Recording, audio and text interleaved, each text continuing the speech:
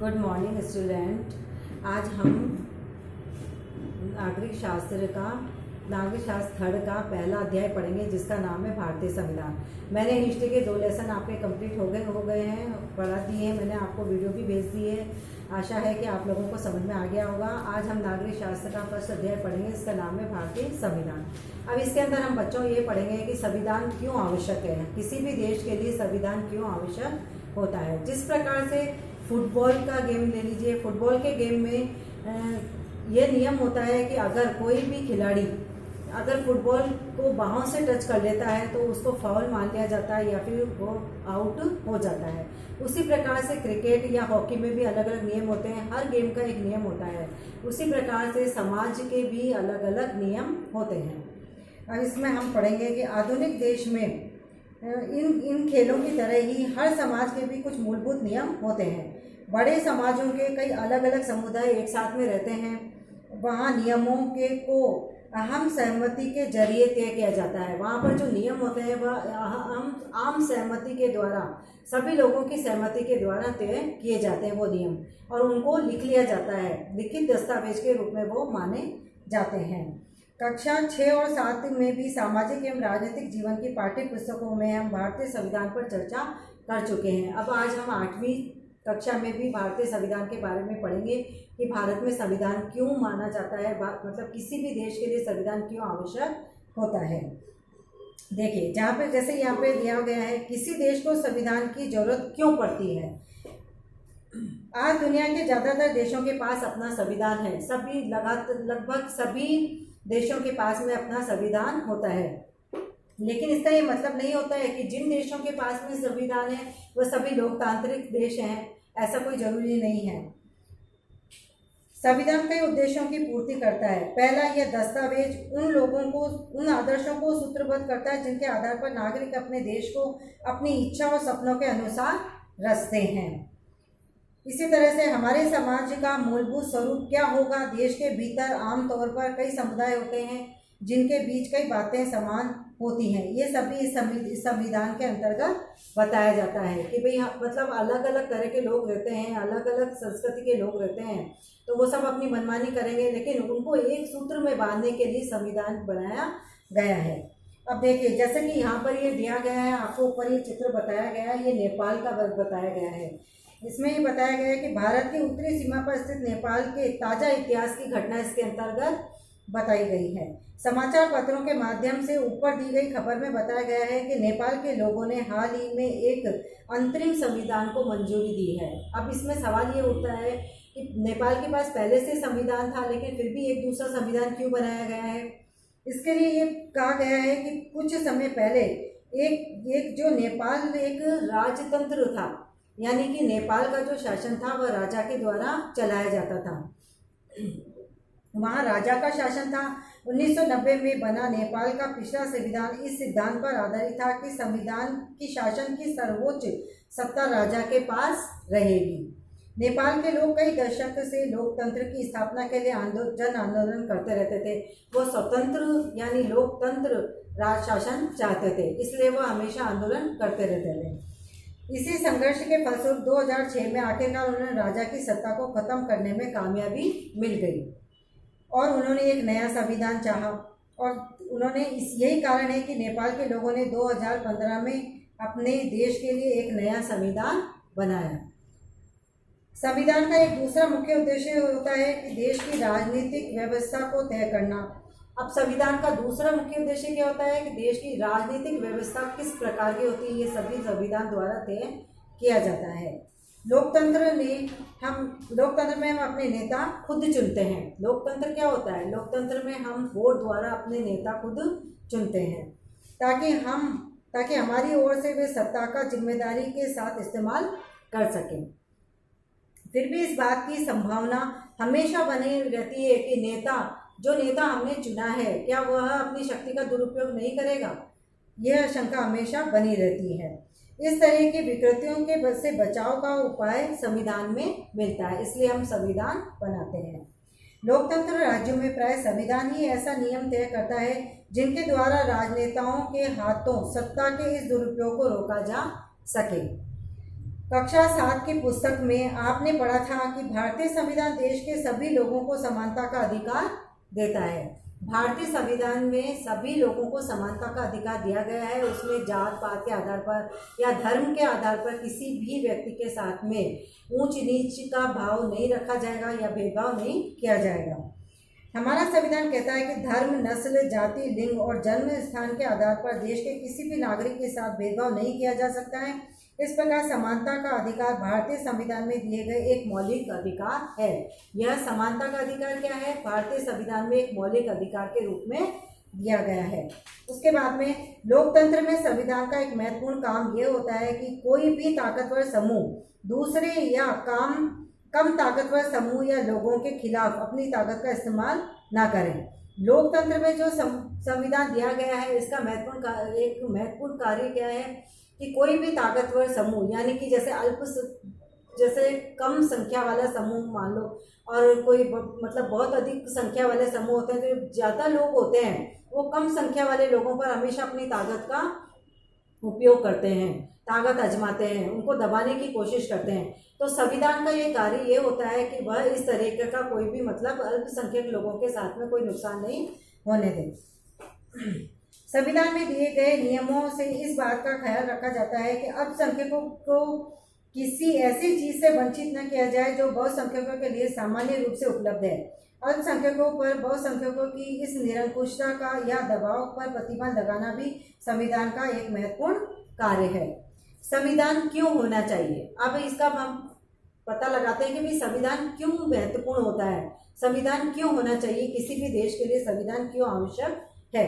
कई बार हम किसी मुद्दे पर बहुत तीखे व्यंग से सोचने लगते हैं। ऐसे विचार हमारे व्यापक हितों के लिए नुकसानदेह हो जाते हैं। संविधान हमें ऐसी भावनाओं से बचाने में मदद करता है। जैसे कि यहाँ पे एक लड़की की कहानी बताई गई है कि उसके अगले दिन उसके अगले दिन परीक्षा है और उसको 2 लेसन कंप्लीट करने हैं, लेकिन उसके मन में क्या विचार उत्पन्न हो रहा है कि मैं टीवी देखूं। उसका मनपसंद सीरियल आ रहा है तो वो टीवी भी देखना चाहती है।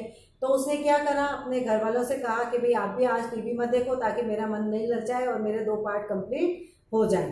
तो उसने घर वालों ने उसका साथ दिया और उन्होंने टीवी नहीं देखा और उस बच्चे ने क्या करा, अपना दोनों लेसन कंप्लीट किए और अगले दिन उसके परीक्षा में उन्हीं लेसनों में से महत्वपूर्ण क्वेश्चन आए।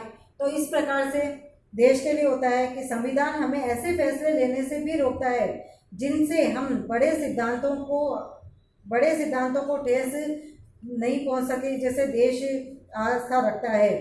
ऐसे फैसले लेने से रोकता है कि जिससे कि कोई भी फैसला लेने से हमारे देश को ठेस नहीं पहुंचे। ऐसे फैसले लेने के लिए हमें सिखाता है, जिनसे देश में आस्था होती है। एक अच्छा संविधान देश की बुनियादी संरचना को इस तरह से उन्मत्तता से बचाता है। यह ऐसे प्रावधानों को आसानी से पलटने नहीं देता जिनके जरिए नागरिकों को अधिकारों का आश्वासन मिलता है और उनकी स्वतंत्रता की रक्षा होती है। अब देखिए भारतीय संविधान मुख्य लक्षण। भारतीय संविधान के मुख्य लक्षण।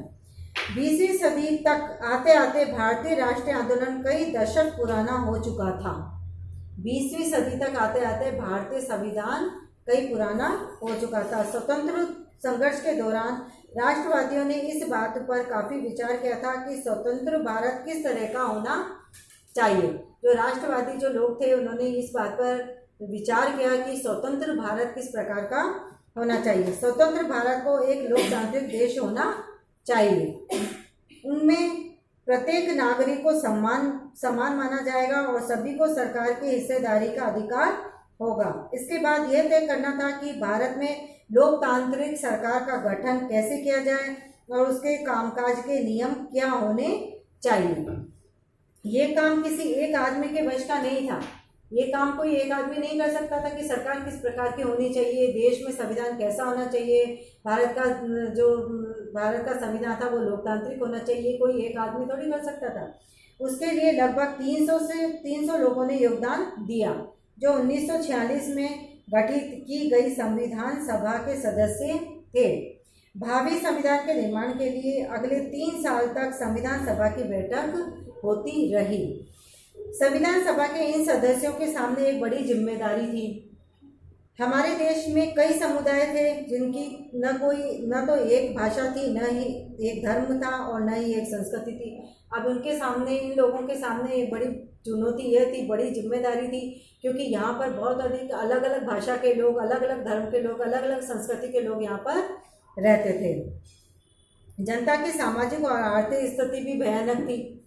संविधान सभा के सदस्यों के सामने ये सारे मुद्दे थे, लेकिन उन्होंने अपने इस ऐतिहासिक दायित्व को बहादुरी से पूरा किया और देश को एक ऐसा कल्पनाशील दस्तावेज दिया जिसमें राष्ट्रीय एकता को बनाए रखते हुए विविधता के प्रति गहरा सम्मान दिखाया। उन लोगों ने मतलब इतना अच्छा कार्य किया, ऐसा संविधान तैयार किया जिसमें कि विविधता के प्रति एकता दिखाई दी।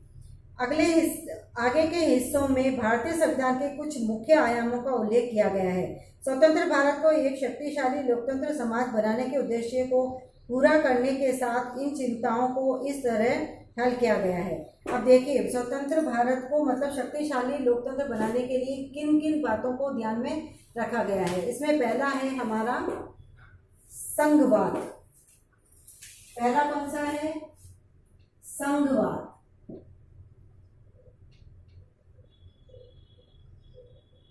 पहला कौन सा बच्चों? संघवाद। अब देखो, इसका मतलब है देश में एक से ज्यादा स्तर की सरकार होनी चाहिए। एक से ज्यादा स्तर की सरकार होना। हमारे देश में राज्य स्तर पर भी सरकारें और केंद्रीय स्तर पर भी सरकारें हैं। हमारे स्तर पर, राज्य स्तर पर भी सरकारें और केंद्रीय स्तर पर भी सरकारें हैं। पंचायती राज व्यवस्था शासन का तीसरा स्तर है। इसके बारे में आप कक्षा 6 में पढ़ चुके हैं। पंचायती राज के बारे में आप कक्षा 6 में पढ़ चुके हैं। तथा 7 की किताब में आपने राज्य सरकार के कामकाज के बारे में पढ़ा था। इस साल हम केंद्र सरकार के बारे में ज़्यादा पढ़ेंगे, ठीक है। इसलिए प्रांतीय स्तर की सरकार की व्यवस्था की गई ताकि इलाकों के हिसाब से अलग अलग फैसले किए जा सकें। भारत के सभी राज्यों को कुछ मुद्दों पर फैसले करने का स्वायत्त अधिकार है। कार्य क्षेत्र की स्पष्टता के लिए संविधान में कई सूचियां दी गई हैं। इनमें बताया गया है कि कौन से स्तर की सरकार किन मुद्दों पर काम करेगी। अलग अलग तरह की सरकारें हैं, तो इनमें सूची बना दी गई कि कौन सी सरकार किन मुद्दों पर कार्य करेगी। उसके साथ संविधान यह भी तय करता है कि प्रत्येक स्तर की सरकार अपने कार्य के लिए पैसे का इंतजाम कहाँ से कर सकती है। भारत के सभी लोग इन सभी स्तरों की सरकारों द्वारा बनाए गए कानूनों और नीतियों के अंतर्गत आते हैं। अब दूसरा है हमारा संसदीय शासन पद्धति। संसदीय शासन पद्धति।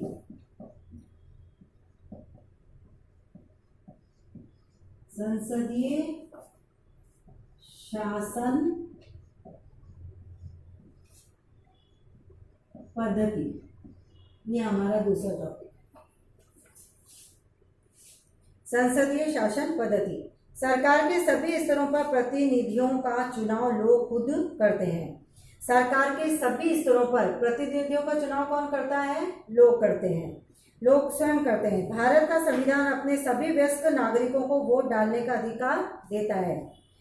सार्वभौमिक मताधिकार का मतलब है कि अपने प्रतिनिधियों के चुनाव में देश के सभी लोगों की सीधी भूमिका होती है। लोग स्वयं सीधा अपने प्रतिनिधियों का चुनाव करते हैं। इसके अलावा हर व्यक्ति खुद चुनाव भी लड़ सकता है। प्रत्येक व्यक्ति को स्वतंत्रता प्राप्त है कि वह चुनाव भी लड़ सकता है। ये प्रतिनिधि जनता के प्रति जवाबदेह होते हैं। इसके बाद में हमारा तीसरा टॉपिक आता है शक्तियों का बंटवारा। तीसरा टॉपिक है हमारा शक्तियों का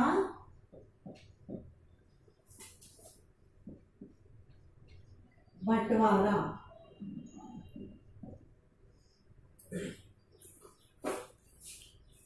अब देखो बच्चों, संविधान के अनुसार सरकार के 3 अंग हैं। संविधान के अनुसार सरकार को 3 अंगों में बांटा गया है। 3 अंग हैं, विधायिका, कार्यपालिका और न्यायपालिका।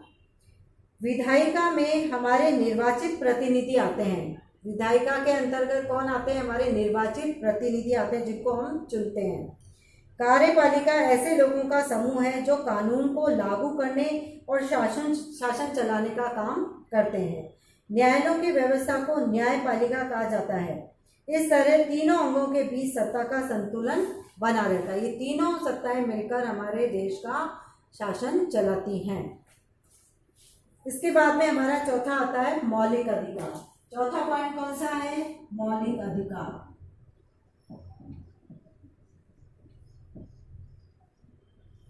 मौलिक अधिकार।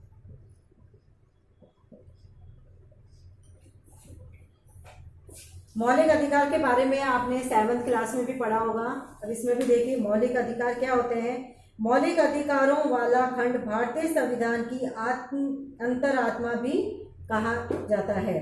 मौलिक अधिकार देश के सभी नागरिकों को राज्य की सत्ता के मनमाने और निरंकुश इस्तेमाल से बचाते हैं। इस तरह संविधान राज्य और अन्य व्यक्तियों के समक्ष व्यक्तियों के अधिकार की रक्षा करता है। मौलिक अधिकार हमारे व्यक्तियों के अधिकारों की रक्षा करते हैं।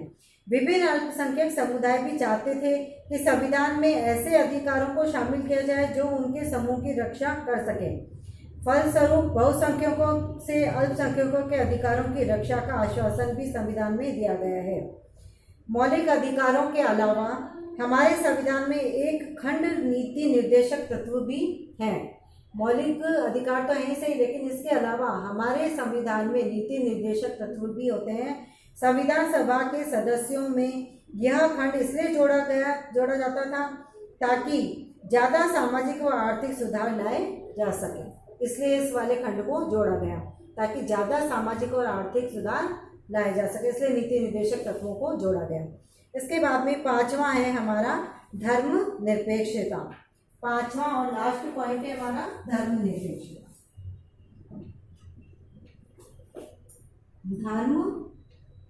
धर्मनिरपेक्षता।